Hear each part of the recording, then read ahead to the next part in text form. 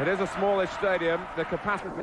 So Parma attacking the goal to the right in the first half. Juventus, as I'm sure you've worked out by now, in their change strip of yellow shirts and blue shorts.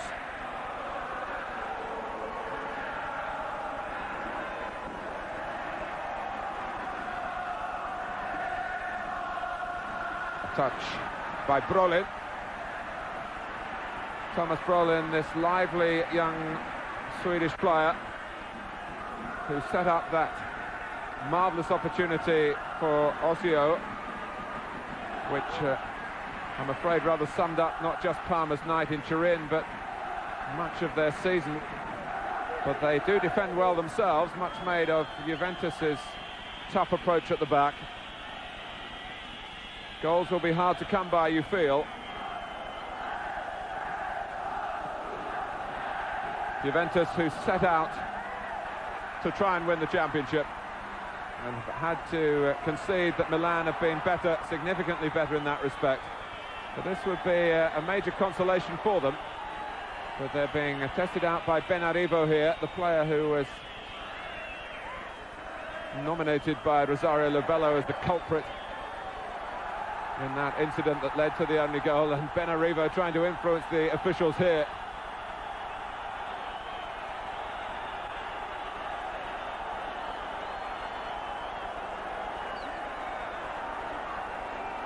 Today, Parma have announced that the club have donated just under £50,000 to local charities. Whether that act might bring some help from on high, well, I think the timing of it, I'm sure, was with this match in mind. Di Chiara is the number 3. Baggio. Gallia, who's won the cup with Juventus before and with Sampdoria. Indeed, the last time that Juventus were successful in the Copa Italia, 2 years ago, Gallia got the crucial goal, the only goal of the 2 legs, against Milan at San Siro.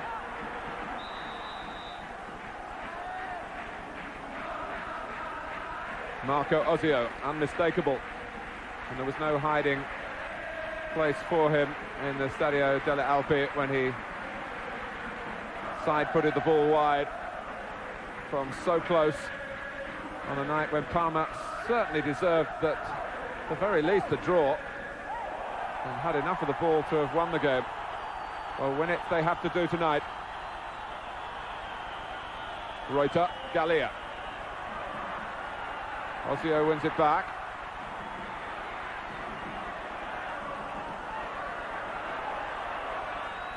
This is Grun.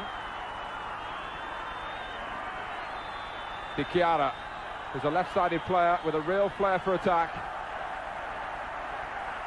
And Parma have a corner with just over 3 minutes gone. The atmosphere building. Are Parma going to be able to build a road to recovery in front of their own supporters?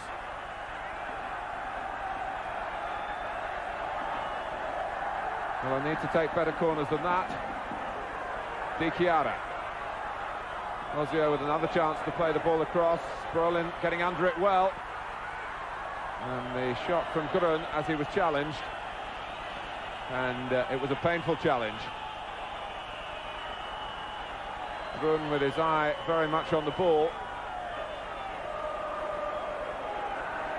And out came Carrera.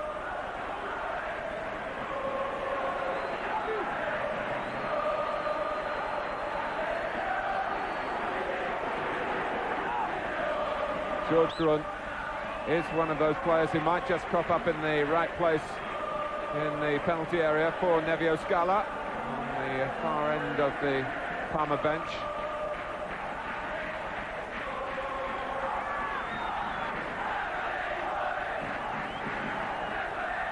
Well, both players are okay.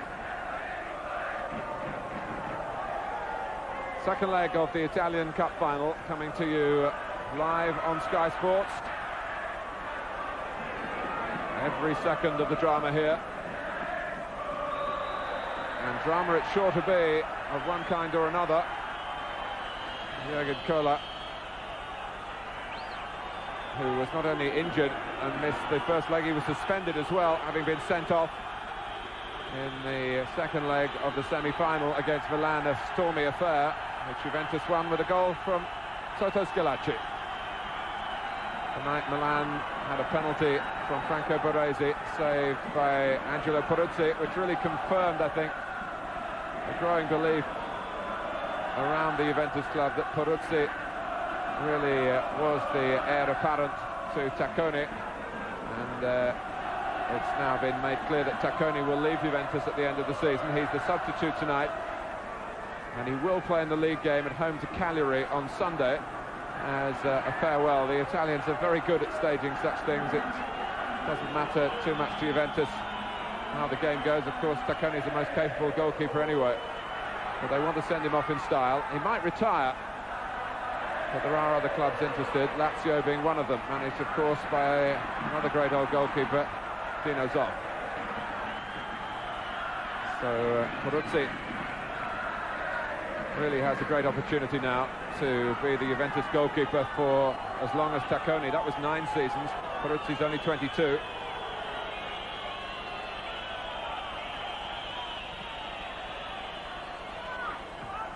I mentioned the goalless draw between these two sides here on Sunday. It was between the two clubs, to be more accurate. The teams have changed. Both sides were keeping one or two matters, one or two cards close to their chest. I saw Gallia just lose his boot a moment or two ago. Di Chiara.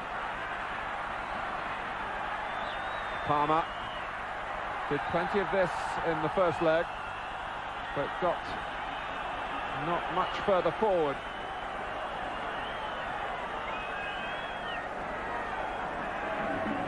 We've had 7 minutes. There will be extra time if it's 1-0 to Parma after 90 minutes, only in that instance. Parma, since their elevation to this status in the First Division, in League and Cup, they played Juventus 5 times and only scored 1 goal, and that was a penalty from Melli in their very first game in the top division.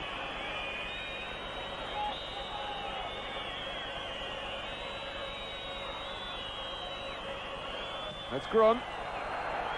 Well, it set off as though it was going to be on target, but in the end just veered away from Peruzzi's left-hand post. George Grun, the Belgian, who was a winner in the UEFA Cup in his days with Anderlecht. You can see the slice there. And in the end, the ball nowhere near as close as Parma would have hoped. Minotti is their captain and their sweeper.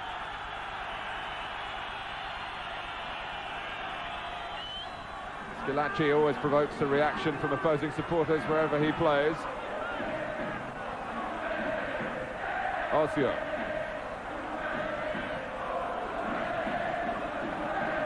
Little Zorato, who gets through a lot of work in midfield. Brolin turning Gallia very cleverly, and look how quickly Juventus surrounded him after that. But the ball breaks for Benarivo. It was pushed by Marocchi, but Parma given the advantage.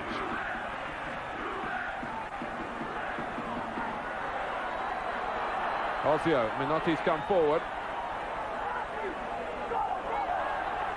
And it breaks for Casiraghi. But he is not by any means at his best at the moment, Casiraghi. He's really been out of touch for a couple of months now. The goals haven't been going in for him. Di Chiara. Back with Brolin. And Benarivo came forward well, and we've seen signs already that Parma are prepared to at least try and find extra numbers to break Juventus down. But when the ball ricochets out to Baggio like that, you wonder whether they might be a defender or two light at a crucial stage. That's the fascination of the context of this second leg. Juventus with the goal in the bank, that penalty halfway through the first half of the first leg, in which Baggio again lived up to his label of the most accurate penalty taker anywhere in the game. 10 minutes played.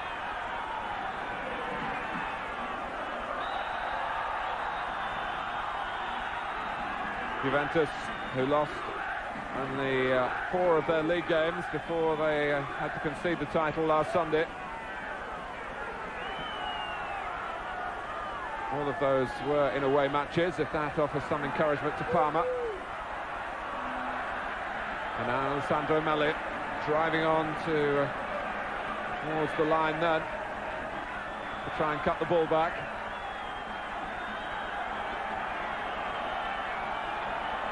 But although we've been rightly praising Milan for the way they've really strutted on to the championship, I should point out that Juventus lost only one of their last 14. Julio Cesar, only a spectator tonight, out with suspension. Wondering how his fellow defenders are going to cope. And another corner which is being entrusted to Ozio.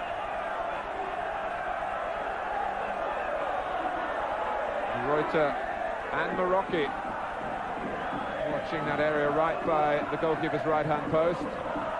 And Peruzzi in difficulties. We've seen before with Peruzzi, one weakness he does have is his lack of height. Sorato.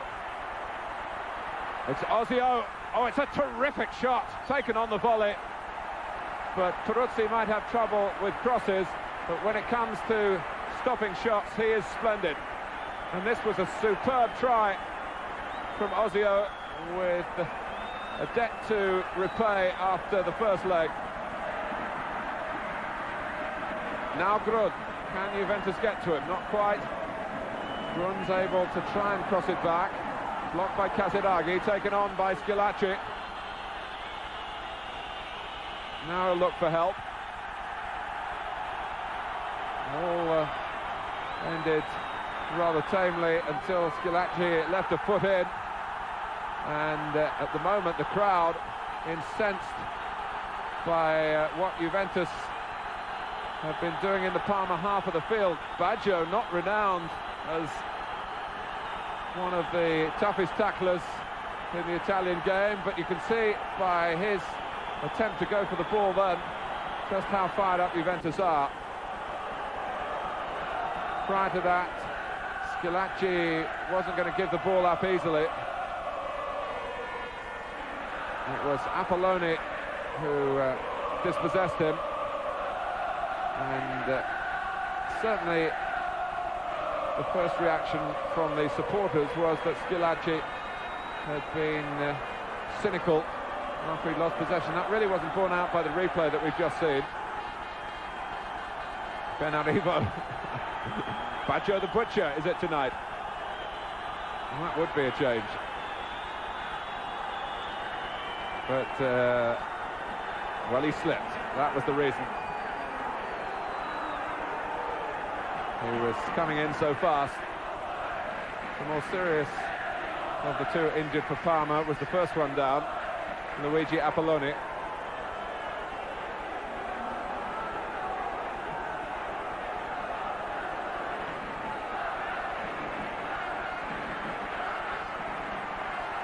Well, so many cup finals going on around this time, and you're getting a terrific selection of them on Sky Sports.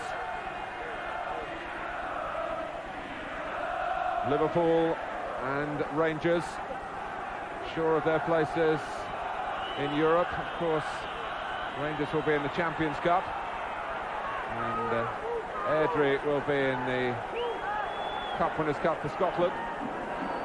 Liverpool, by virtue of last Saturday's victory over Sunderland, regain their European status. Could it be Liverpool against Juventus? There's a thought. Ozio. Bit of pushing there by Cola on Melli. And Cola trying to send Melli into a cul-de-sac, but the players really using the ball as something of an excuse to get stuck in, and not too concerned as to whether they make contact with it or not.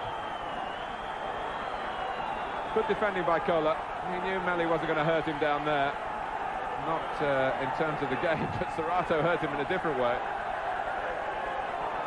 And that's something of a catch-weight contest. The strapping German and the tiny Italian midfield man, Daniele Serrato. Well, it's been a fierce 15 minutes.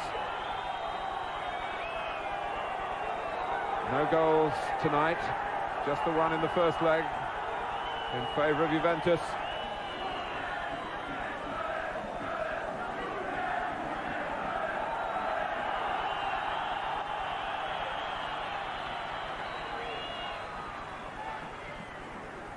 Schillaci not able to get free.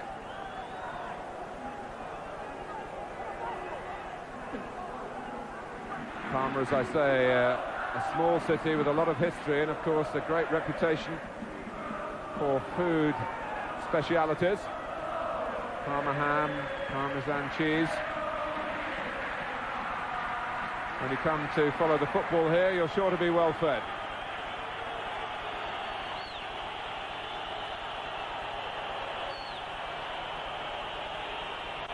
Well, Carrera's versatility has been very useful in his first season with Juventus from Bari. He's the free man at the back for Trapattoni's team tonight, with Julio Cesar sitting it out. Cola always so comfortable doing the man-to-man job on the leading light in the opposition's attack, and that, of course, is Melli. The yellow card for De Agostini. And a free kick for Parma. De Agostini's been out of the team recently. He's lost his place on the left of defence to Marocchi.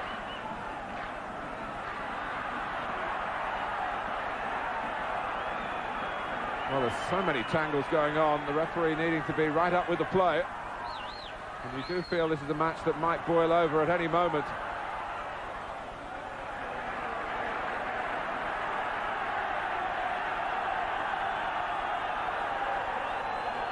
Parma have dropped a couple of places with some disappointing league results. They're down in 7th now, and they might not qualify for the UEFA Cup as they did for this season by finishing 5th last.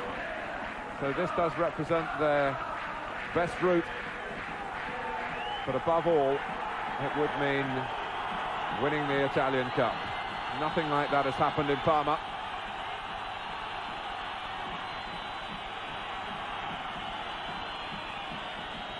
Marocchi from the short corner.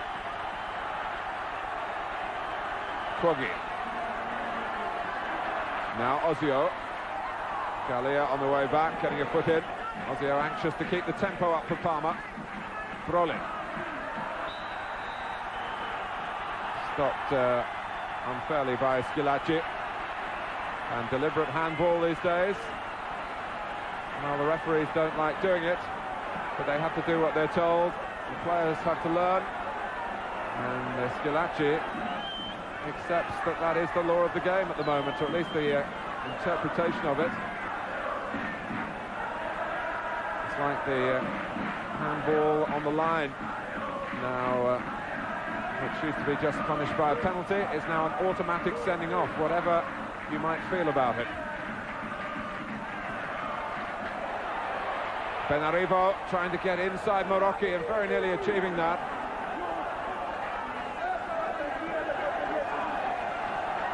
Well, Casaraghi was perhaps over-ambitious then, trying to keep the ball in play. Some very brave work by Schillaci, and it is a night for brave players. Anyone who's a little shy of the physical side of the game, I don't think we're going to see too much of tonight. You've got to earn the right to play in this one. Minotti.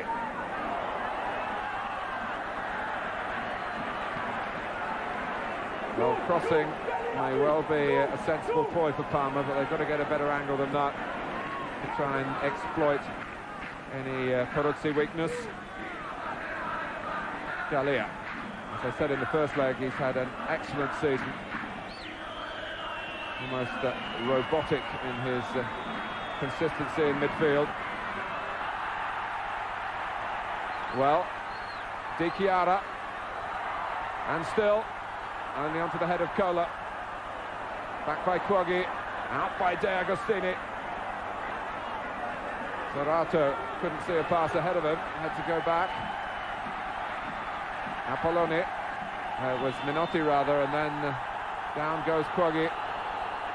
Fouled by the already booked De Agostini. 2 Juventus yellow cards.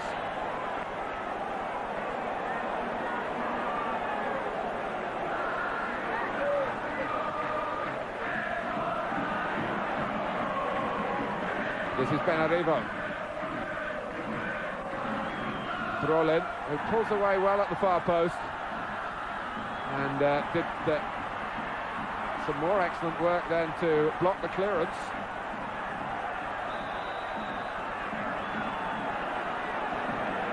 Well, it's almost animalistic out on the pitch.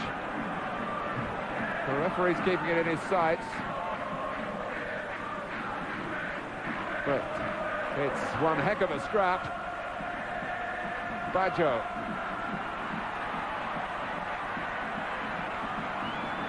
Melli, who's going to be able to perhaps just take the foot off the accelerator and play a little bit more with control. Everyone's in a hurry. And the offside there gives us a chance to get a verdict on the first 20 minutes or so from our guest back in the studio, Trevor Francis. Trevor. Yes, as we expected, the onus on Parma to push forward. They've only had the one real chance, that was that terrific volley from Ozio. But I'm impressed with Parma. They're trying to break down the Juventus defence, which is not easy. They're looking to do it from the outside with Benarivo and Di Chiara on the wide positions pushing forward to try and support Nelly, Ozio and Brolin. As I've said, they've only had the one chance, but they are pushing forward well. This is Reuter. Very much a believer in using the right foot. Baggio, Reuter. Juventus have the quality when they get that close to baffle the opposition with a quick interchange of passing. It didn't come off then. One of our contenders for goal of the season from Baggio was a splendid example of what they can construct with giving and going, playing the ball crisply to feet.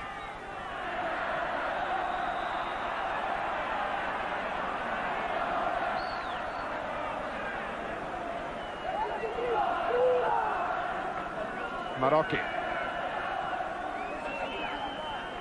who was the captain in the first leg, but you might have noticed D'Agostini's wearing the armband tonight. In Italy, it's commonplace to give the captaincy to the senior player, which D'Agostini is, 31 years old, compared to Marocchi at 26. Ozio. Good movement again from Parma, looking for a central route this time.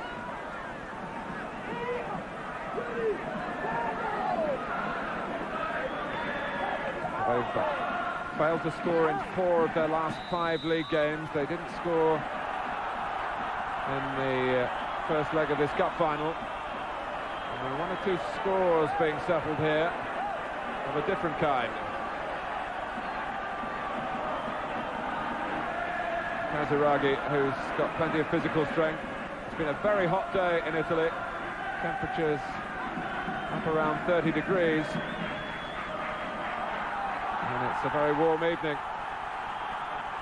Brolin, as you saw, replacing some lost liquid. Here's Ozio.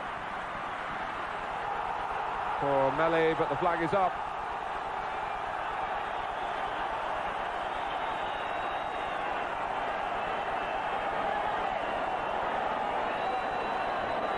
Melli's a very subtle striker. He makes these darting runs, and this one, well, it was close, and enough for the crowd to feel that Melli was hard done by. The linesman, compared to that camera angle that we've just seen, of course had the better position. Marocchi. His boots come off, and that suggests there must have been a foot laid on it by Brolin.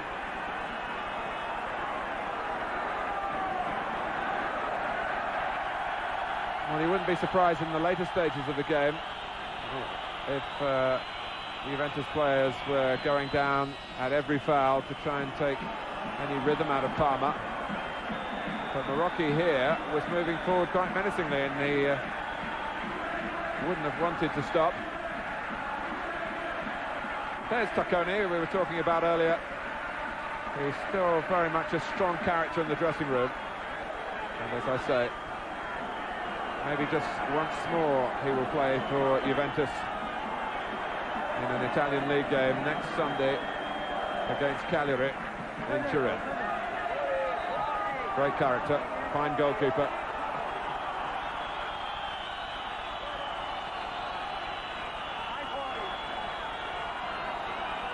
And Tacconi really acting as a member of the coaching staff.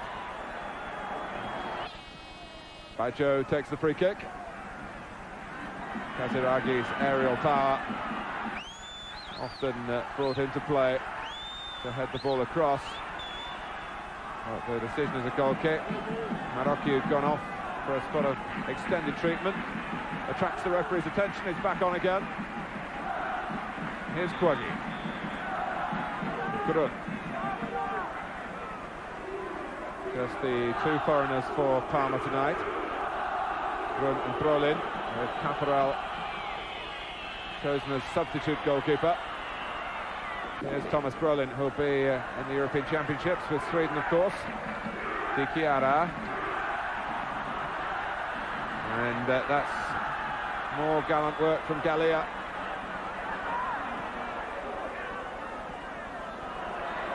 And some sturdy defending by Cola.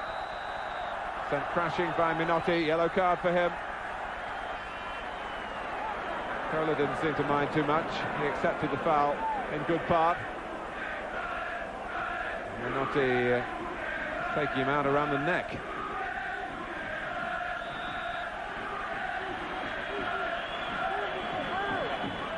Well, Fabio Baldas having to keep order here amongst such intense commitment.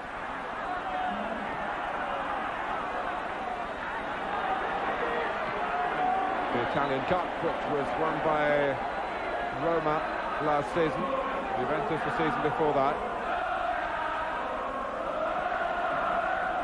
It was really a method by which Trevor Francis's old club, Sampdoria, stepped up from a position somewhat in the shadows, not quite as deep in the shadows as Parma's has been, but to increase confidence, to gather financial resources, and look where they've gone from there. Maybe Parma can do the same. De Agostini and Di Chiara had a look round. Juventus very nearly got round the outside then. Down goes Melli. And there's a spot of ill feeling involving Di Chiara and Reuter, I think it was. Di Chiara, when the referee had an opportunity with the game stopped, he went across to make his point to the Parma number 3.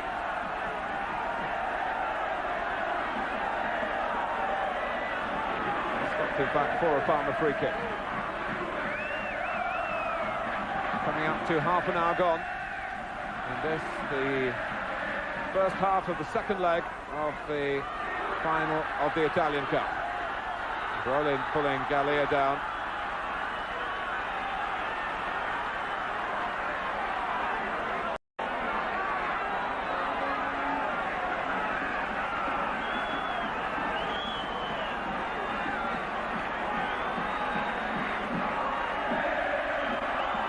1-0 here. And as you can see, still 1-0 to Juventus on aggregate.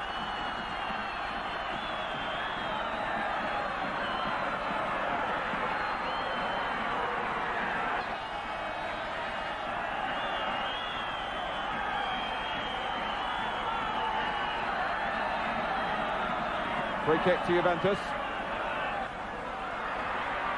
And remember, if they were to score Juventus tonight, then Parma would have to get 3, which would equal their best total in a league game this season. They've only done that once, because we're playing under the same rules as the European club competitions.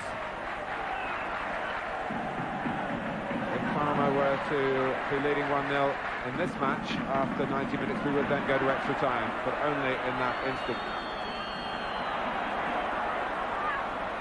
And then, of course, it could go on to penalties. De Agostini.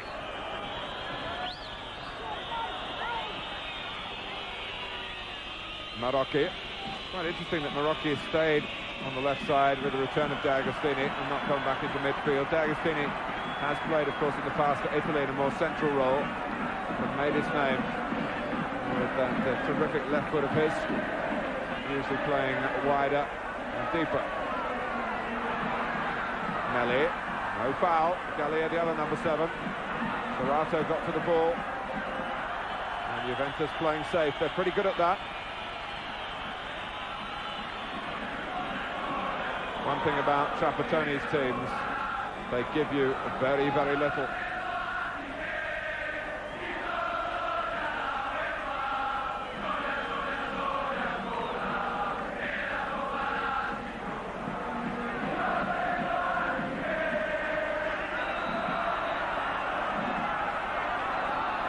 So free kick to Parma against Schillaci, who seems a little perplexed by it all, presumably for backing in.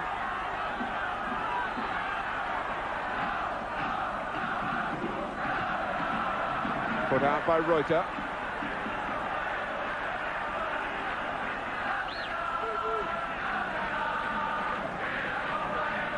Another of the players on the pitch will be involved in the European Championships, along with Kola for Germany. And Brolin may well take some of the limelight in his native country. We feel he can get better and better. Oh, and Peruzzi has kept it out when Parma had players in abundance then. And Grun cannot believe it. Touched on by Quaggy, and I think Grun's header seemed to be going in before a couple of deflections.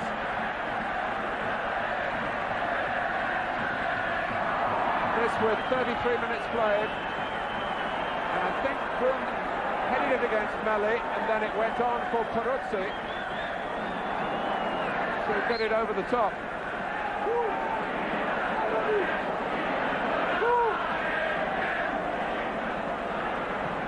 Well, Parma must keep their heads up. These close shaves accounting for nothing.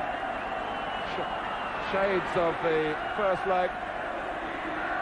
In fact, Juventus have done rather better at keeping them at bay in the first half here than they did in their own stadium. But that was very close. Brolin. Benariva. Ozio chasing. Nicely done by Marocchi, De Agostini and Casaraghi completing the triangle. Oh, and Ballotta has got to get back quickly. He's rather standing there and watching those helping him out. Gallia looking to see where the goalkeeper is. And it's offside. There really was no need for Marco Ballotta to do that, because Baggio wasn't going to get there first, and once he had committed himself, Ballotta, he had to connect more cleanly than that. That could have been a catastrophe for Parma. A goal given away like that, well, any goal given away to Juventus in these circumstances, and I don't think Parma would have a great deal of belief in themselves. Osio, 10 minutes to go to half-time. Here's Di Chiara, looking for a link-up with Quaggi. Out comes Cola.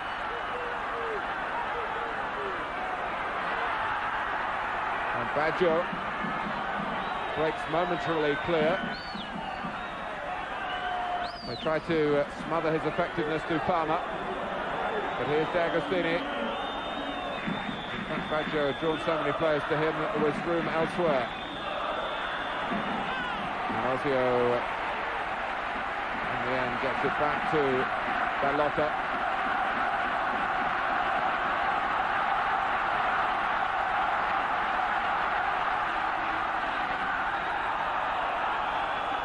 It's a foul by Lupi on Brolin.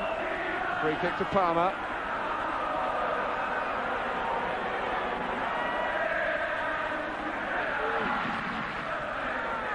Osio. Lofted forward by Quaggi. Osio can't get a header across goal. It's knocked out of play by D'Agostini. Well, the supporters trying to play their part. The biggest game really ever staged here.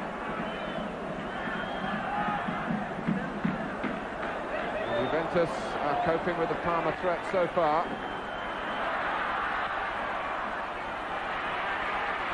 Quick word from Trevor Francis back in the studio. Trevor.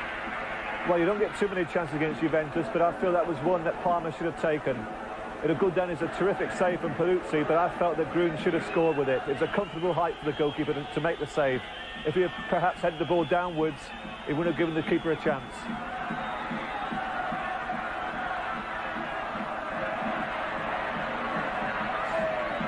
Melli.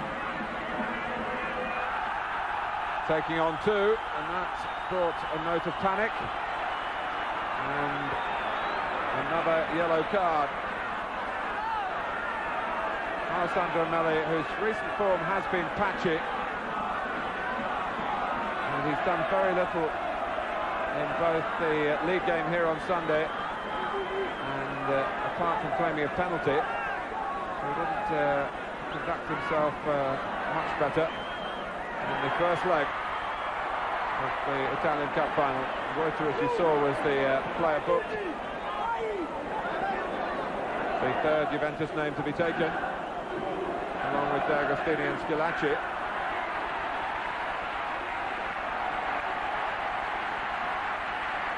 Sorato.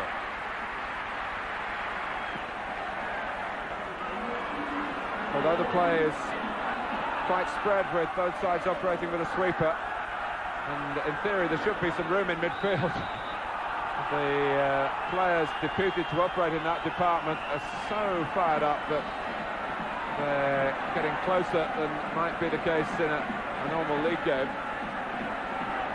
And the tackles are going in, and the interceptions as well, and we had both those then. And Brolin taken out by Lupi.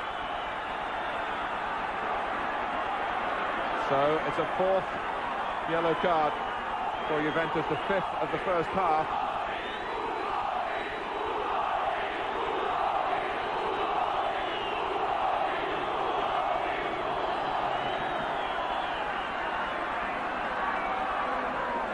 Di Chiara.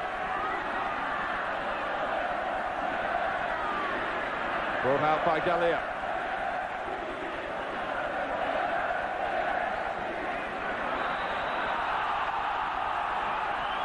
Well, Parma claiming that was shoulder to shoulder. The referee giving the free kick in favour of Reuter. Well, Agnelli expects spending the club's money as he does, or authorising the spending of it. Expects cups to be won. Gallia given a lot of room to shoot then. Well, it was as if he was shocked by the opportunity. The man who has scored a winning goal in an Italian Cup final 2 years ago and in an away game to boot. But it wasn't to boot then, was it? Boots went into the grass. Here's Di Chiara. And he crossed it without really looking to see what was on. It wasn't difficult for Peruzzi.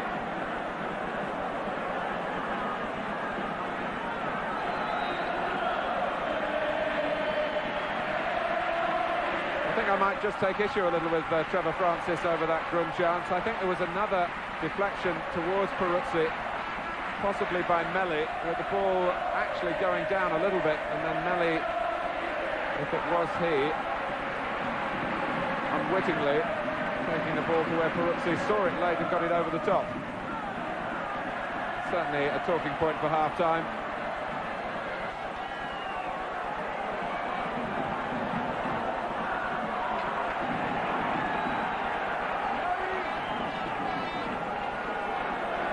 I think we might agree that had it fallen to Trevor's David Hirst, the ball would have ended up in the back of the net.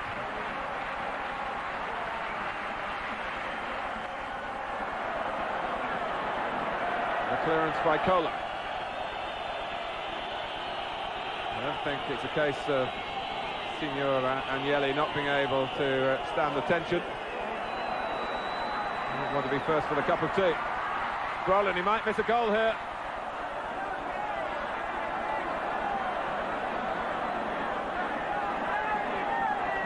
Well, Parma have tried to conduct this match at full tilt, hoping that the sheer exuberance of their efforts could unhinge Trapattoni's defence. Still plenty of time, of course, but Juventus will see it as an important base camp to get to. Half-time unscathed. They're some 3 minutes away from that.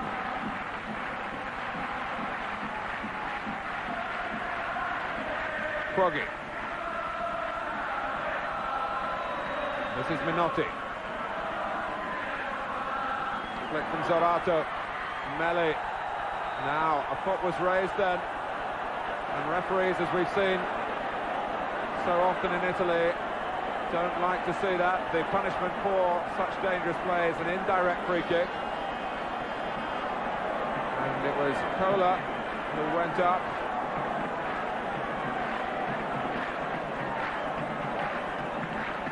And Parma here have something of an opportunity when Juventus eventually get back to allow the free kick to be taken.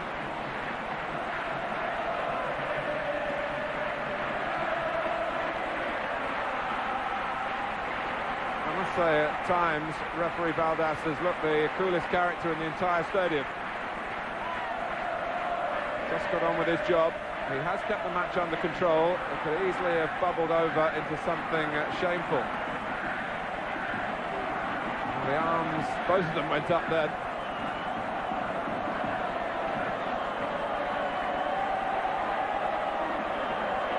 Well, it is right on the edge.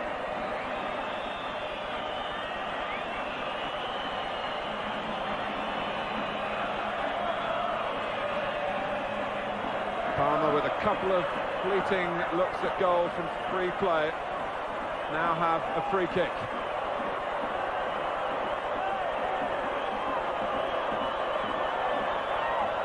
Thomas Brolin scored from such a position recently in a league win over Genoa, I think it was. Ozio and Quaggi over the ball. And the referee shows the card to Cola for breaking too quickly. He fell into the trap then. Well, Cola might be on course to complete an unhappy double, sent off in the semi-final second leg. I wonder whether he'll last the distance in the second leg of the final.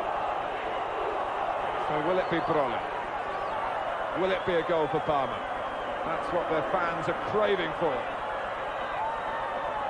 The referee has given Brolin the space. One would have thought to get his shot in, but Juventus roared out, and referee Baldas wasn't going to stop it again.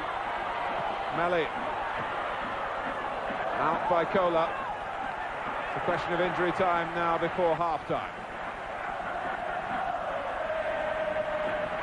They took too long, really, in setting it up for Brolin. Oh, Ozio! Is it going over the line? No, it went behind Peruzzi. And in any case, the referee has seen an infringement. Peruzzi could have got the ball in the first place. He wanted to get it. Ozio had the shot. And then, well, Roland, was he penalised for going down there? There was all sorts of mayhem going on. Carrera was missing his kick, and then the whistle blew. Well, it's been frenetic throughout, and even more so in the closing stages of the first half. Schillaci.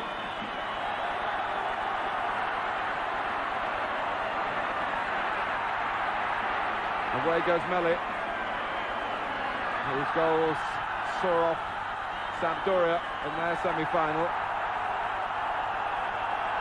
And for my money then, Melli really had given up the belief that he was going to carry on with the ball and was settling for his free kick, which he's got.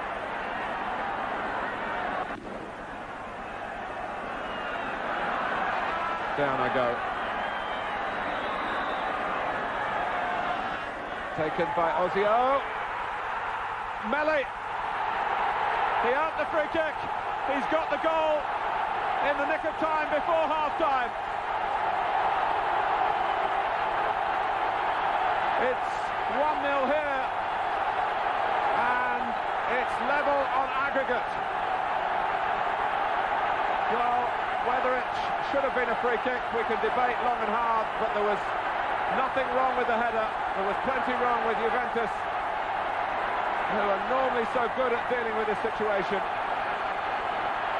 But Melli got in and met the ball as it came down with pace, with spin, and this time not even Peruzzi could preserve it for Juventus. Well, you have to say it was coming. Well, at least they were making the chances. With Parma, you can never really be sure that they're going to round it off. It's been a major failing in an otherwise excellent performance over the past 2 years with Nevio Scala's side not needing now to become embroiled in any hot-tempered reaction to mistimed tackles and players squaring up to each other, but it's bedlam in Parma. There'll be a hot time in this old town tonight if Parma can go on from this and win the cup.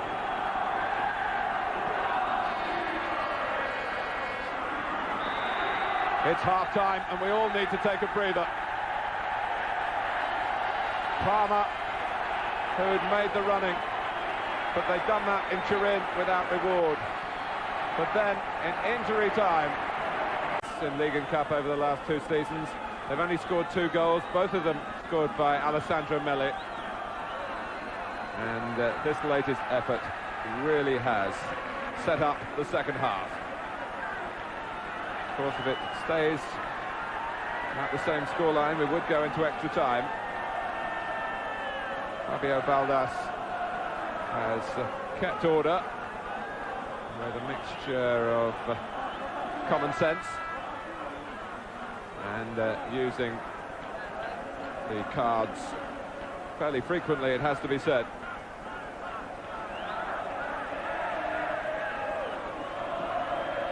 How will Juventus approach it now? Will they play to their greater attacking range and allow Schillaci, Casiraghi and Baggio off the leash?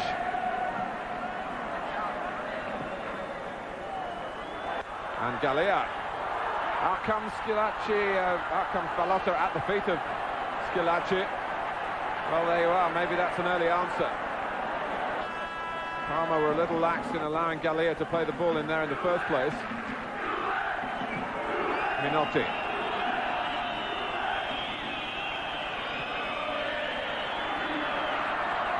Carrera has come out for the second half with a lot of strapping to protect an injury, and Ballotta had to move perhaps more smartly than he would have expected in the early seconds of the half. He just put Schillaci off. It's a corner now to Parma. Brolin against Lupi. Talia coming across, and that was a blatant shove.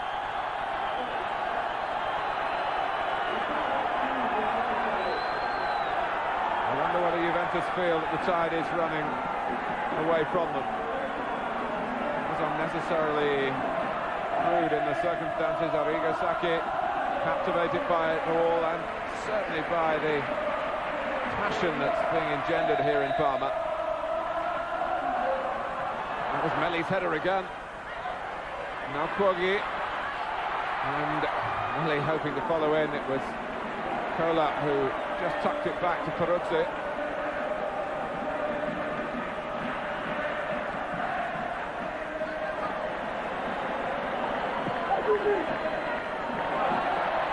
Well, the inhabitants of Parma, often in the restaurant trade, are spread around the world.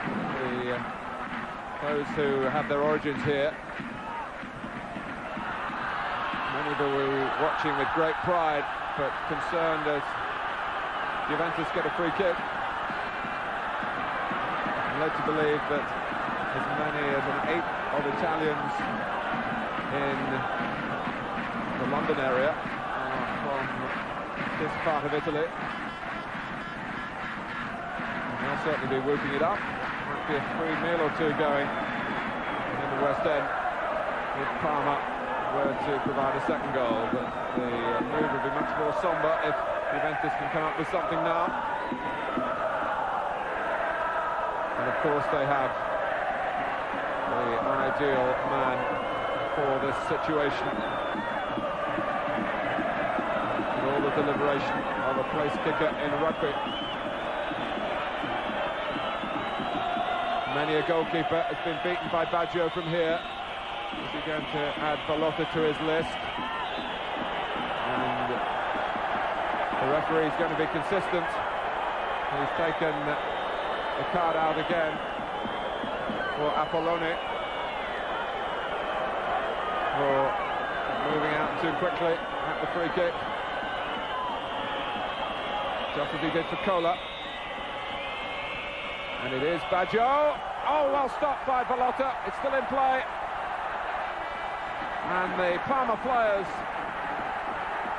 just for a moment, break their concentration to thank the goalkeeper for preventing Baggio here with that artistic free kick of his. And now there's an offside, preventing Baggio getting Juventus back on course towards the cup. He's so good at getting it over the wall and keeping it down as well, and that was spot on until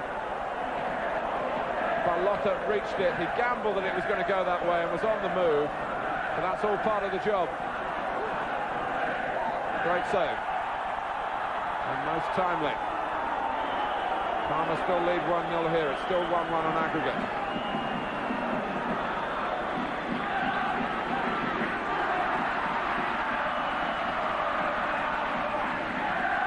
As you saw, the ball got to Ballotta very low. It was a perfectly prescribed arc from the moment it left Baggio's boot. Here he is again.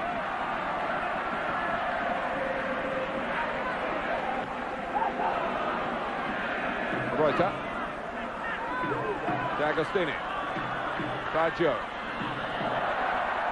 Breaks down with Schillaci, but Casaragi's on the scene. Just help Parma a little bit, the extra attempts to attack from Juventus. Parma will have more room in which to apply their trade. Benarivo.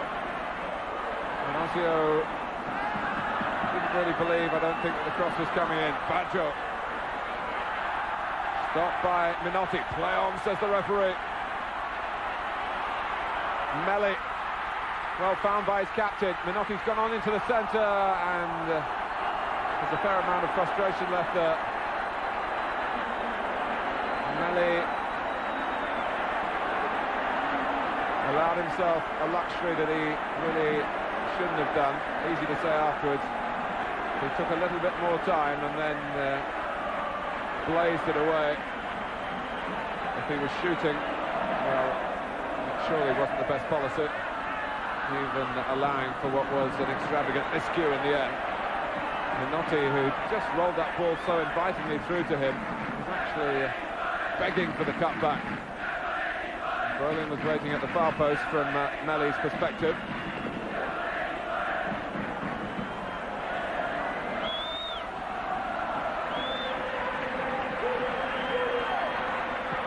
Hit long by Minotti this time. Different sort of pass, no pass at all really, as it turned out. Marocchi. Excellent work on the ball again by Baggio. Casiraghi. And still Casiraghi.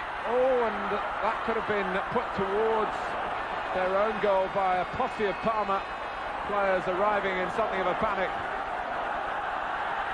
Brolin.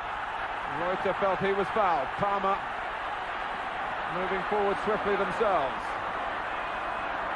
Just seconds after Casiraghi was looking to take them apart, well held by Peruzzi, not under a great deal of pressure, quickly using the ball. Baggio. Juventus has certainly come to life since Trapattoni's team talk, and as has been pointed out elsewhere, they certainly needed to. Brolin. The Parma replying in kind. Ozio. He's offside.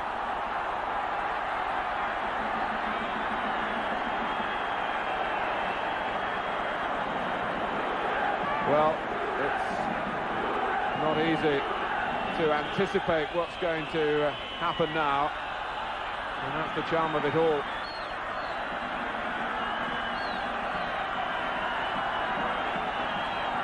Baggio's come out from the dressing room almost a different character. He's getting to the ball, he's using it. And of course he's had that fabulous free kick, which very nearly flattened the Parma exuberance around the ground.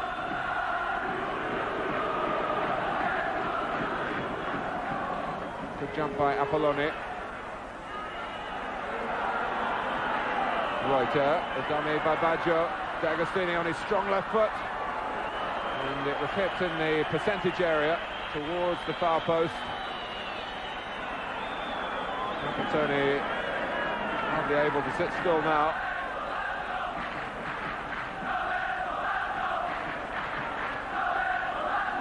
We've had 9 minutes of the second half. One more goal either way, and we cannot have extra time.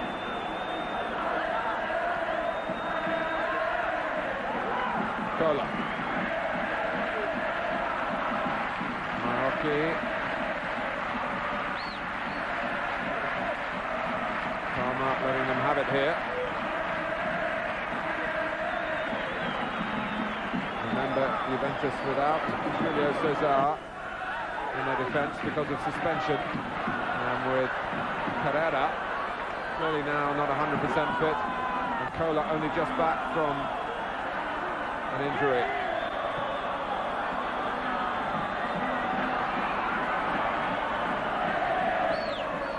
I think we'll see now just how good Juventus are. A really resilient side would see it out here, because man for man they are clearly more talented than Parma, but Parma have grown up as a team. Togetherness has been a vital factor.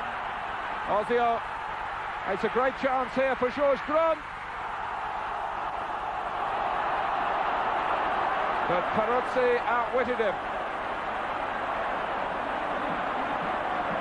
The pass exposed really the problem that Carrera has. Gunn was determined to keep it low, but the goalkeeper was able to stop it and hold it.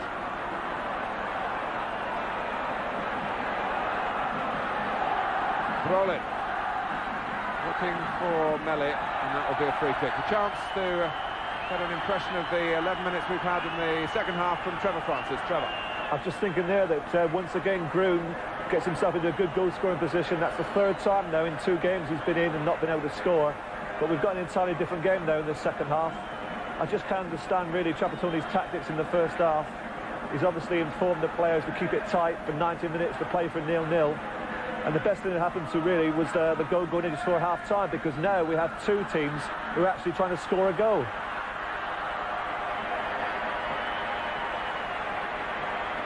Baggio at the forefront of the Juventus efforts.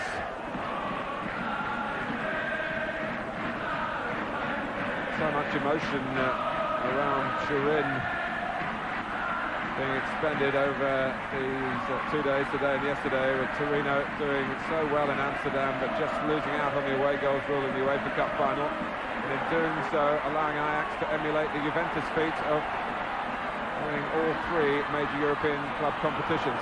Juventus and Ajax, the only 2 clubs who have achieved that. So in a strange way, for once, the Juventus fans were rooting for Torino yesterday. But I would feel that the Torino supporters are fully behind Parma tonight.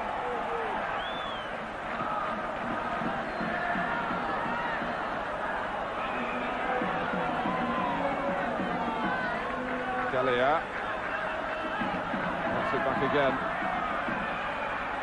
It was a rather laboured ball from Marocchi. It was caught in several minds, it seemed. Reuter.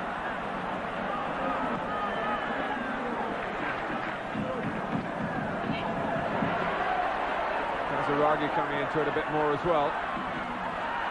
Baggio.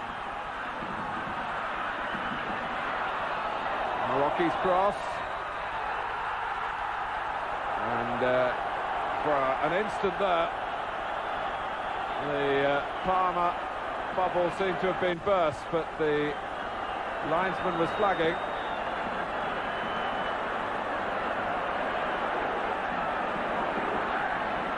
It was Baggio who played it wide, and the cross came in from Marocchi, and Galia coming from deep, who headed in, certainly didn't look offside, but Juventus did have another player in there. Well, that might have been a moment of good fortune for Parma. If you've watched both games, you might feel that they deserve it.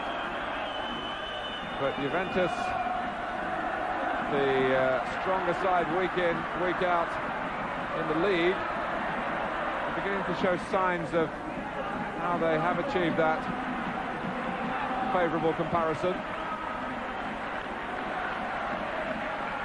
And they were nothing but ordinary over the first 45 minutes. Maybe even that's paying them too high a compliment.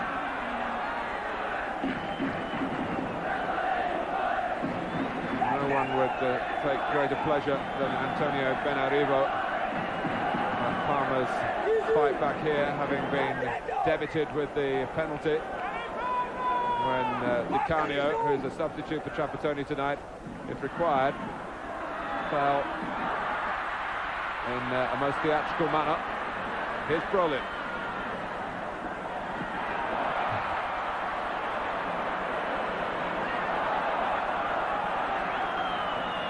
Maloney might have been doing a bit of pushing. Brun, who'd had the miss kick.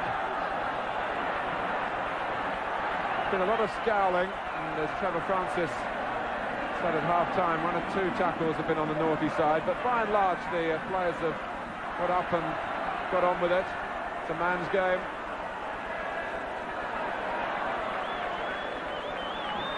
Quaggy, Brolin.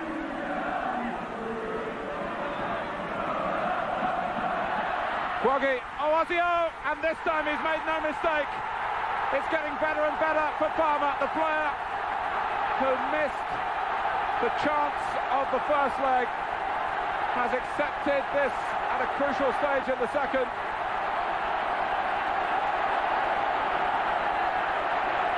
Put into the clear. It was a lovely move, in truth, all the way along.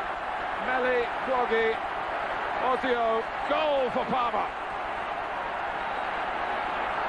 And Juventus in some stress defensively. And they've cracked.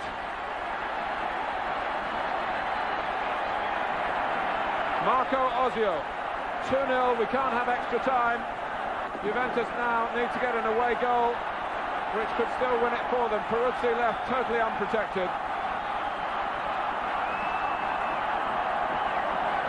It has to finish in the 90 minutes, but which way will it go? Parma in pole position, but maybe not for long.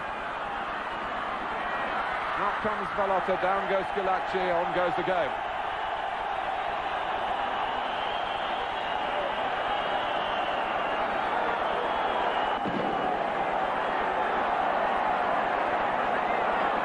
Well,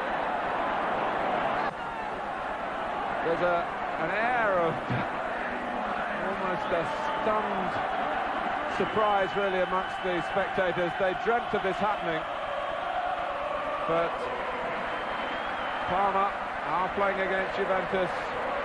Their weak point has been an inability to turn their teamwork, which has been terrific, even in the league games, into the goals that sort of approach play deserves. But it's happening for them in front of their very eyes.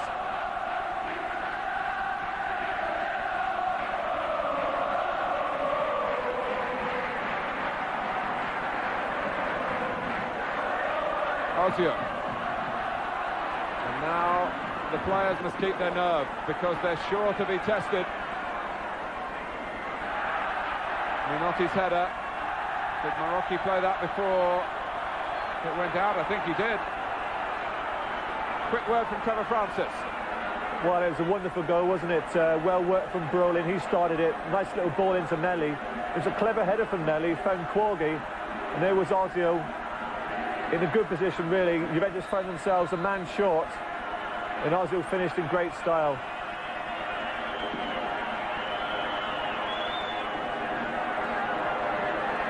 Well, his nerve held because he couldn't have believed he missed the one in Turin.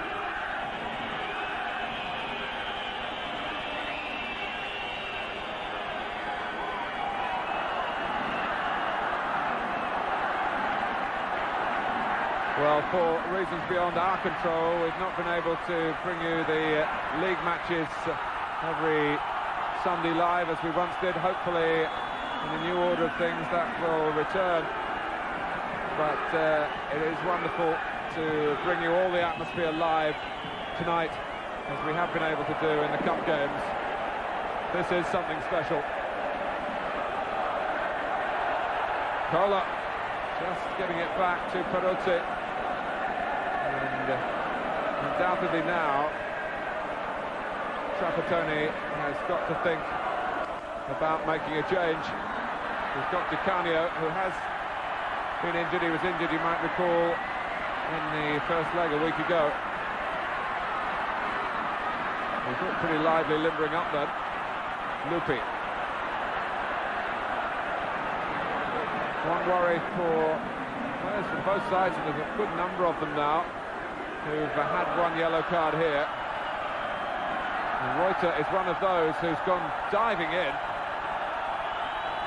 and left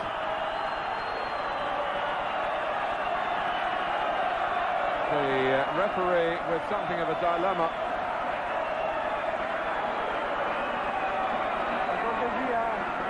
Benarivo got to the ball as Reuter came crunching in.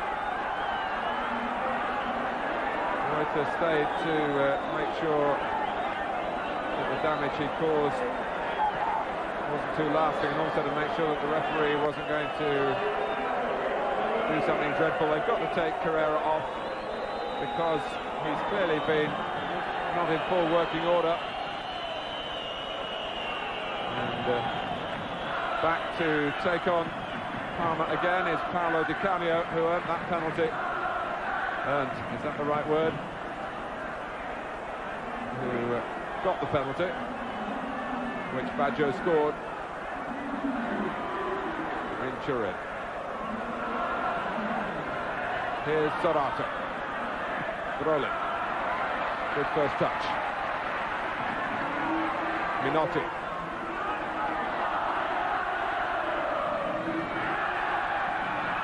Brolin thought there was an obstruction then and was angry when the referee didn't give it. They've just got to stay cool, Parma. Easy to say, particularly as Juventus will surely now play with more numbers in attack, and they will hope more zest.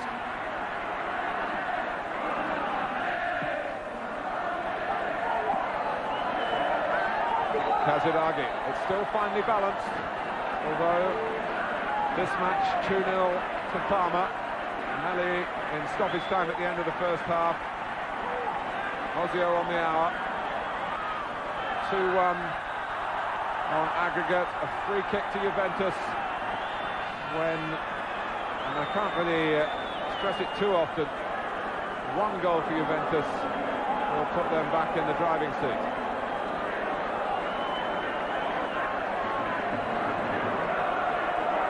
Sometimes it's the lot of Italian forwards like Casiraghi simply just to get the ball played into their feet and get dumped down so that the set-piece specialists can step up and gather the glory.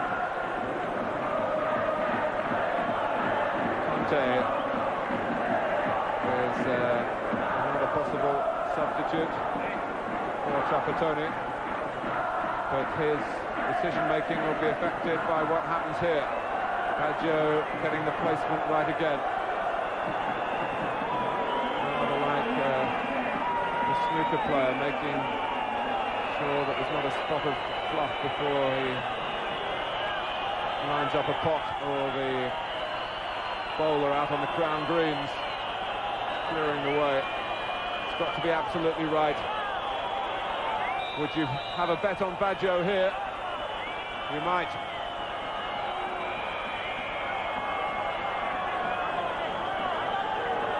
And Fabio Baldas has lost some of his calm demeanour. And the order is get back. And 2 or 3 of those in there, if they infringe, would be off. They've been booked already. What does Baggio do? Oh, he puts it the other way. And Ballotta, who I don't think was quite in command, because the wall split and it came quickly to him, but he clashed it to his midrib. Parma have survived. Here's Brolin. Cross from Benarivo was hurried a little. Baggio can put them either side, but he's being outfoxed at the moment by Marco Ballotta. Number 2 Parma goalkeeper, the understudy in the league to Tapparel. That's a tackle much appreciated by the Parma fans on Baggio by Apolloni. Zorato keeping calm, look at that. Ozio. They need another one really to be sure, Parma. And Ozio trying to do it all on his own. Now Melli, beaten out by Peruzzi. Brolin coming in, scooped up by Peruzzi, and off go Juventus again. 20 minutes left. It's a final worthy of the name.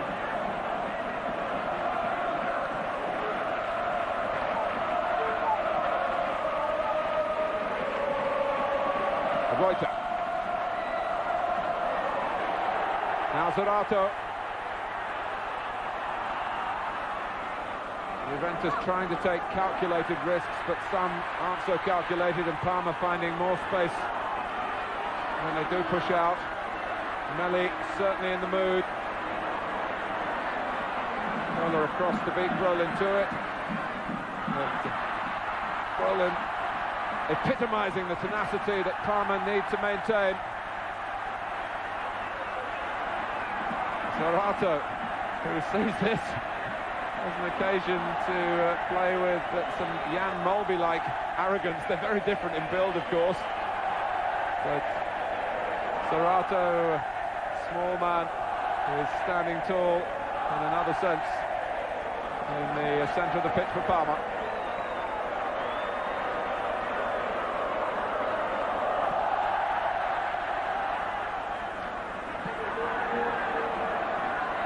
Lupi.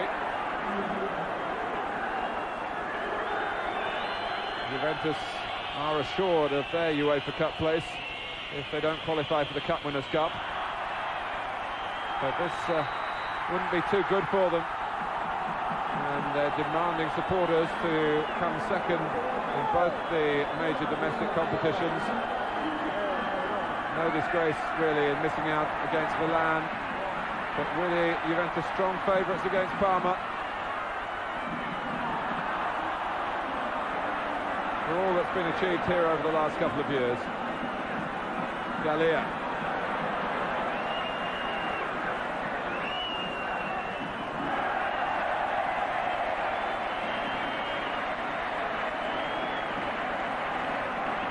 Balotta might have lost one or two more hairs with the worry. And Baggio's been in direct confrontation with him. But he's kept him out, he's kept Juventus out. So far.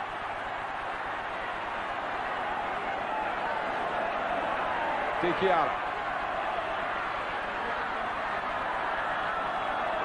Well, it's a tough time for Juventus. It's time for them to show courage and character.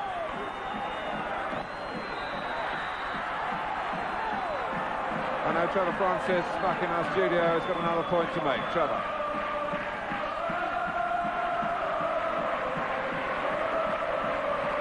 Turin. It's interesting with England having to play against Sweden next month in the European Championships that he's a player that we'll have to watch very, very closely. I think tonight Juventus given him too much room. He was very instrumental in the second goal, and he's been playing in a little row behind Ozio and Nelly, and caused them plenty of problems. The sort of problems, really, that Trapattoni would like Baggio to have caused. He's playing another similar position to Brolin, but Brolin's been outstanding tonight. Well, Conte's come on to give some freshness to the Juventus midfield in place of D'Agostini. That kind of freshness.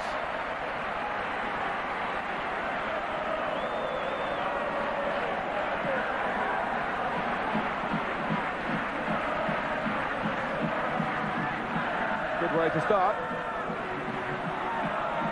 Zarato. And he's been overconfident that time. Conte on for Marocchi. Casiraghi. And it's a free kick against him, although he's trying to claim that it should go the other way. And he better button his lip.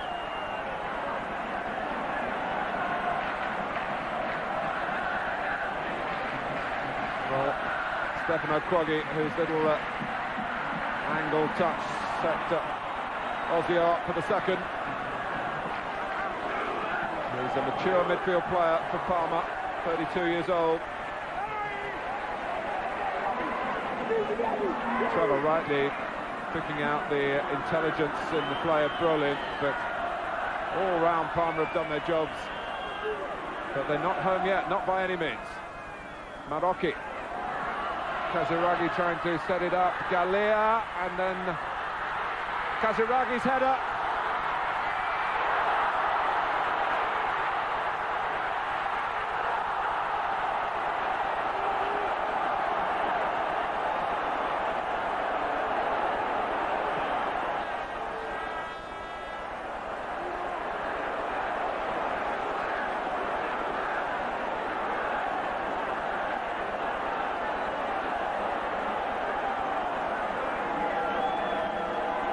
Well, unfortunately, we've lost our pictures for a moment at the most crucial time, Trevor. That's very frustrating.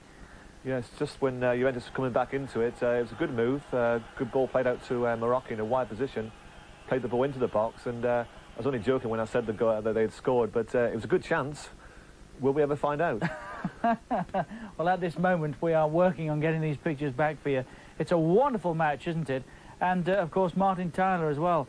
Sound for the commentary. But 2-0 Parma. And, of course, the goal, one goal from Juventus would yet win this for them, of course, Trevor. Well, they're certainly pushing forward more now, aren't they? Well, they have done it at the start of the second half. They pushed forward much more. As I said, I couldn't understand why they didn't do it in the first half. They look a different team in the second half. They look now as if they're going to score a goal. But they look a little bit vulnerable in defence. Pushing men forward. Parma are catching them on the counter-attack. We haven't yet been able to find Martin Tyler, although we do have our pictures and confirmation there. Juventus are still trailing, so happily we haven't missed anything. And I understand that we're back in contact with Martin. Let's rejoin him. Martin. Well, you're back with us as Brolin tried to really put the icing on the cake here for Parma, in keeping with the quality of his performance. But Juventus with the bit between their teeth.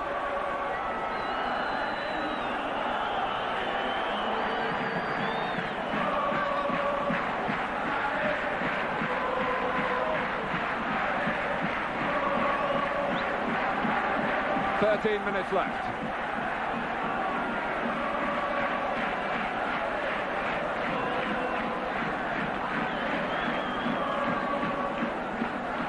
Agostini, who is a forward, just limbering up in case I think Melli might not be able to last the distance.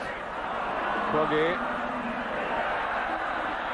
Oh, both players went in with a foot raised there. Benarivo and Conte. Well, you could argue that Parma got their priceless first goal from a free kick that possibly shouldn't have been, but Benarivo played the ball then. Conte came in high.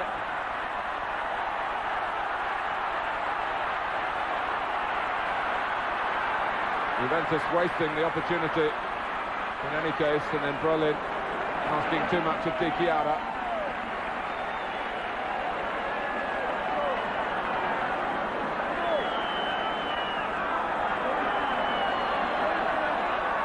Galea.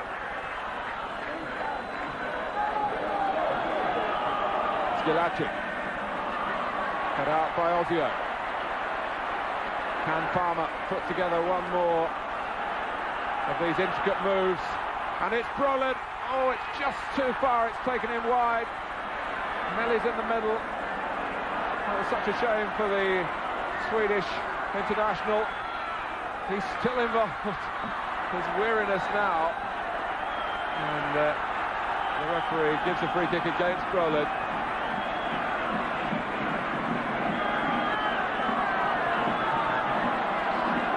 Reuter, now Koller, he'll spend more and more time forward.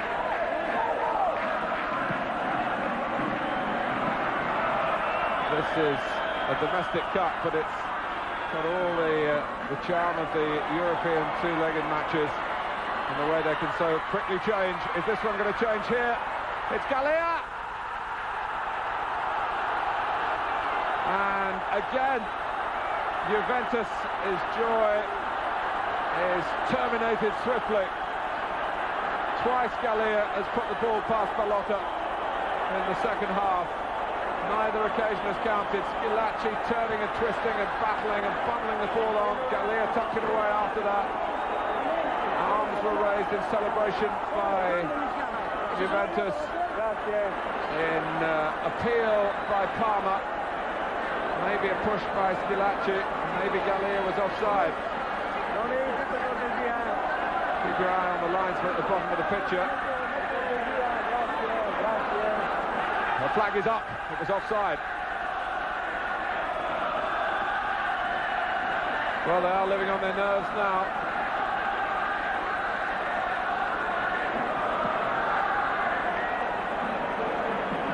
Well, we talked about Parma's bad luck at previous stages of this final, but they're having some better fortune now. Rolling, Sorato. The question of Parma's belief, the will to win is important. It may seem an obvious thing to say, but it's time for mental toughness here against a battle-hardened opposition. Players who've been around, done more, won more.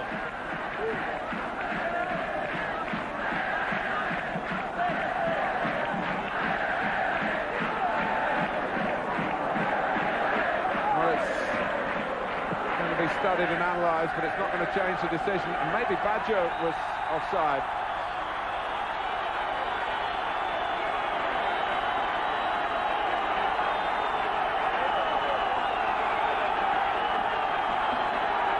Julio Cesar downcast.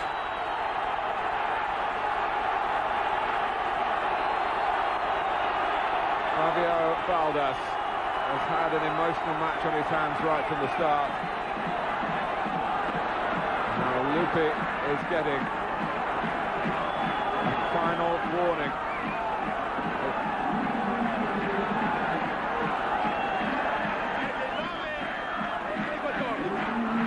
You don't envy the referee. Oh, Brolin was coming in. Peruzzi coming out, taking off the head of Brun.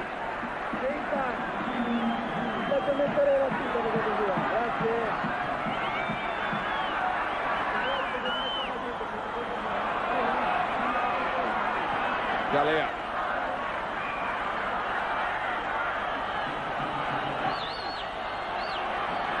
All of it's coming through him at the moment.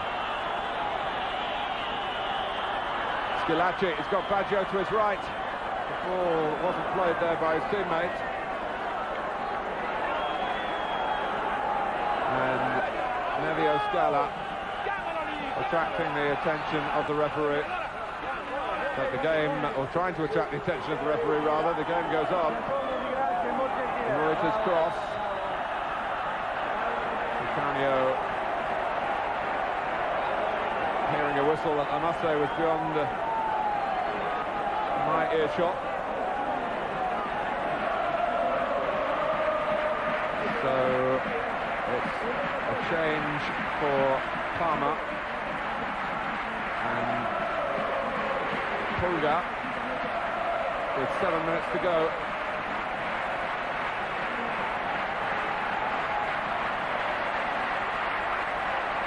Ozio comes off. Ivo Pulga, who was signed from Cagliari, who started in the league game on Sunday when a number of the Parma supporting cast were given the opportunity to play as Nevio Scala and Trapattoni to some extent as well. Kept, as I say, one or two cards up their sleeve. This was always the main event in the two meetings in this stadium, the Tardini Stadium in Parma. They've seen nothing like it before. They're 6 minutes away from seeing their favourites step forward to collect the Italian Cup, unless Juventus, with all the attacking power that they have on paper, can put it together out there on the pitch. Schillaci, the top scorer in the World Cup, of course. Baggio, 17 goals in the league this season. Agostini's coming on, part of the substitutioning, I think, if there's such a word as that, part of the changing, to take up a bit more time. Nelly's done his bit and more. Agostini, who's done the rounds with Milan and Roma and Cesena. He'll go straight up front.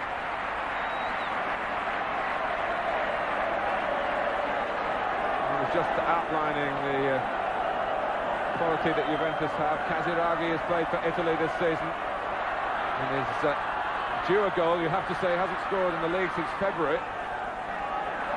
This would be a time to regain his scoring touch.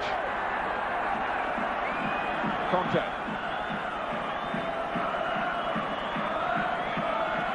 Here's Reuter.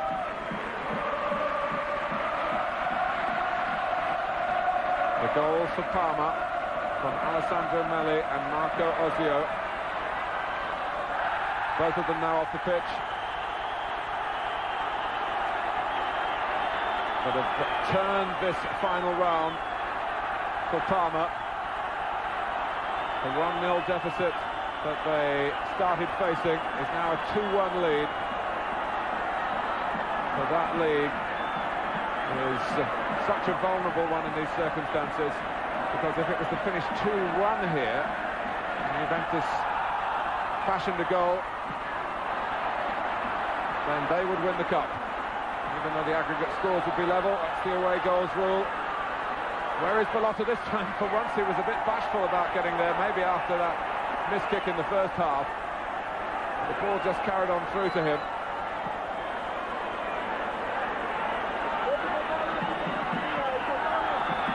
Brolin staying down. In these circumstances, you're not quite sure whether that means he is hurt. The foul by Agostini after that. That's Sergio Brio from the Juventus team of the past, who finished in 1990, and if memory serves me right, played in the cup final that year and ended with a winner's medal. But the type of tension that's been around this match, you still fear that something explosive might occur. It might be the right kind of explosion. Another goal at the moment, Brolin, and he'd been down for some time before the referee recognised and I think perhaps believed that he did need some attention.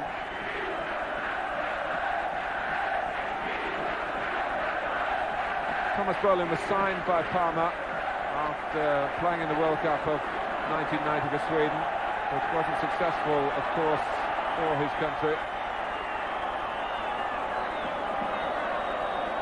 But he did enough to catch the eye, but he was really signed as a goal scorer, and now Conte is sent off.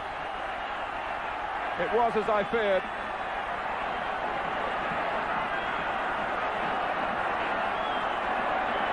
Conte only recently on as a substitute, and with him maybe going the end of the Juventus hopes.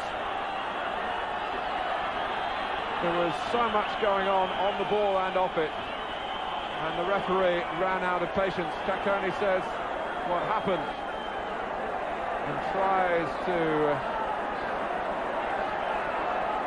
he's been told now to get back on the bench. Well, it's all gone wrong for Juventus, and they haven't looked what they are, a leading side in the Italian First Division. A side good enough to finish second in the league. Conte being told to get well away from it, and he would be advised to follow that, and now the reaction from the Juventus fans is really bordering on the terrible. For those of you who go to games regularly in England and remember the difficulties back in the 80s, difficulties that the English authorities have worked so hard to cope with, well, other countries haven't been so successful. It's the last minute plus stoppage time.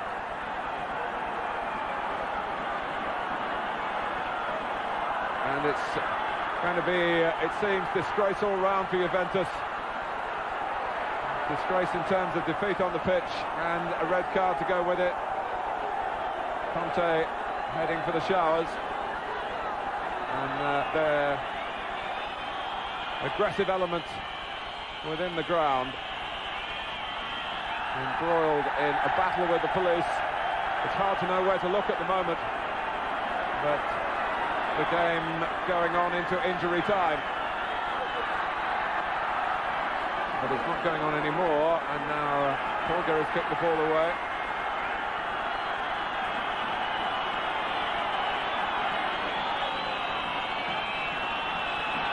Well, I understand the pictures are breaking up a little for you. We apologise for that. I'm sure it's not hiding the intensity here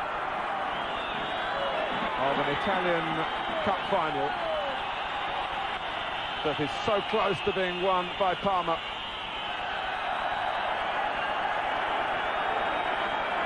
They're trying to stay calm, and it's very difficult for anybody. Di Chiara and Casiraghi, a little cameo that sums it all up. The eyes have gone, the fingers are being pointed.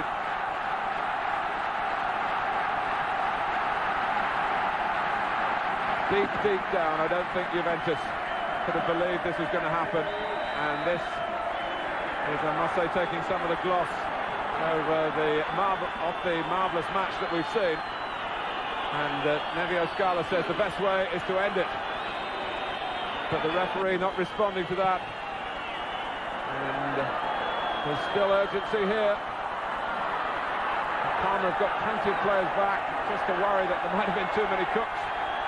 It was Minotti who knocked it out. Minotti who will go forward to get the cup unless Juventus can score in the seconds that remain. It's astonishing that it can switch so quickly. And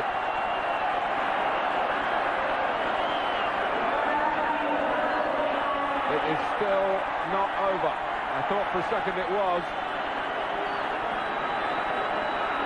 We go into the 94th minute.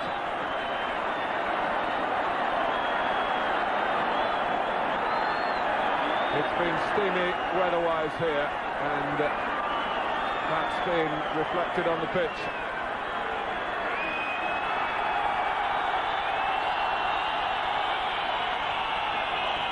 Here's Lupi.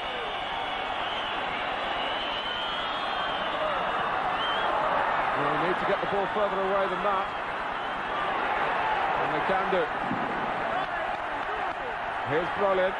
Pulga going through the centre, and out comes Peruzzi, not waiting for it to bounce into the penalty area. He's flattened Pulga in the process. The game is over. It's a proud night for Parma. They've won the Italian Cup and put their name on the roll of honour for the first time. 1-0 down when we set out tonight, and then Alessandro Melli and Marco Osio with the goals either side of half-time. Melli's in stoppage time at the end of the first half, a defensive disaster for Trapattoni's team, who come here, you have to say, with an attitude that deserves to be criticised. And Parma, who have been positive for their part in Turin, got the breaks tonight, and now they've got their reward. They were battling in difficulties, qualifying for the UEFA Cup through a high place in the league, but now Europe is guaranteed in the Cup Winners' Cup, alongside the likes of Liverpool. Parma's rise has been remarkable. Thomas Brolin had a terrific game. Arrigo Sacchi, with the neutrality of the Italian national coach, nothing neutral about Nevio Scala, who brought them promotion, brought them to 5th place last season. And Parma are no one-season wonders. You may not have heard too much about them in the past, but you've certainly seen tonight what they're made of.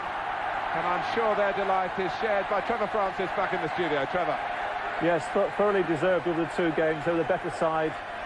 Marvellous achievement for Parma, and I think that it's made extra special by beating Juventus, because they're the team in Italy that everyone just loves to beat.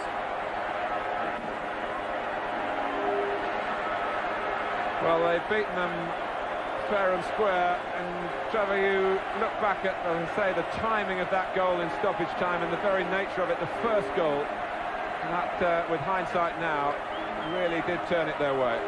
Yes, it changed the whole game, because it made Trapattoni change his tactics half-time. Juventus had to come out and try and attack to get a goal, and they looked a little bit vulnerable then at the back. But I think that Juventus can have no complaints, because, as I said, last week in Turin, they were given the help of a present by the referee when he gave the penalty.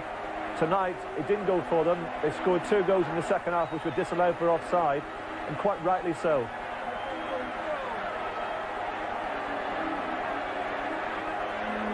Well, all around the stadium there is joy, except in the quarter where the Juventus supporters did their best to ruin the occasion.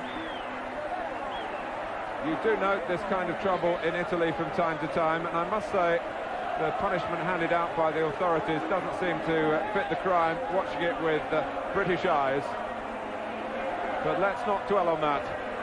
Let's concentrate on Parma, the Italian Cup winners for 1992. They beat the second division team Palermo in the first round, then Fiorentina on the away goals rule, the rule that threatened them right at the last here. They saw off Genoa, beating them home and away. They knocked out Sampdoria in the semi-final. And then head-to-head with Juventus, and they've come out on top again. It was very good to see a few moments ago, when I was talking with Trevor Francis back in the studio, that Trapattoni was taking it all in very good part. You could say he's won enough. 24 trophies he's been part of as player and team coach. And it's been a night for the underdog. And they'll remember this in Parma for years to come. And those guidebooks I was talking about at the start that scarcely mention the football stadium here, put it bottom of the list of places to visit. Well, they'll find an extra chapter or two, I'm sure, alongside the historic monuments here, the tributes to the great Italian composer Verdi, who was born less than 20 miles from Parma. They were playing his music in the stadium before the kick-off to create the sense of drama, but they couldn't have expected, really, the drama that we've witnessed. And it's a thoroughly merited success. If you've followed both legs with us here on Sky Sports, I'm sure many of you have done. There's no disputing the rights and the validity of Parma's victory. And Marco Ossio, the man who's had to live for a week with the memories of that miss in Turin, is now being feted as the scorer of the winning goal.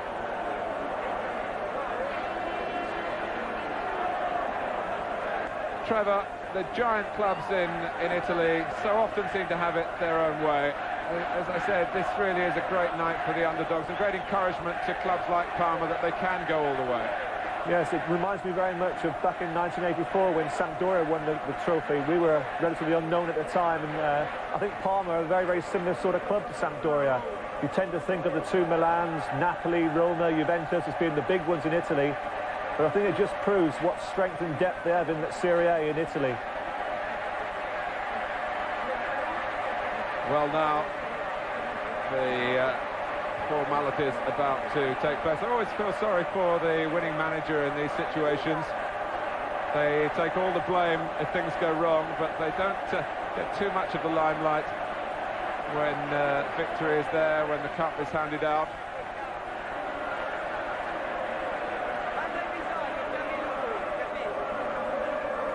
I know we're running a bit late, and if you're a boxing fan and waiting for ringside, I'm sure you'll bear with us just to see it through and see Parma's absolute moment of triumph here when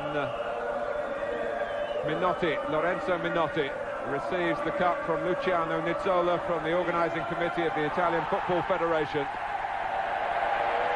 It's passed to Parma,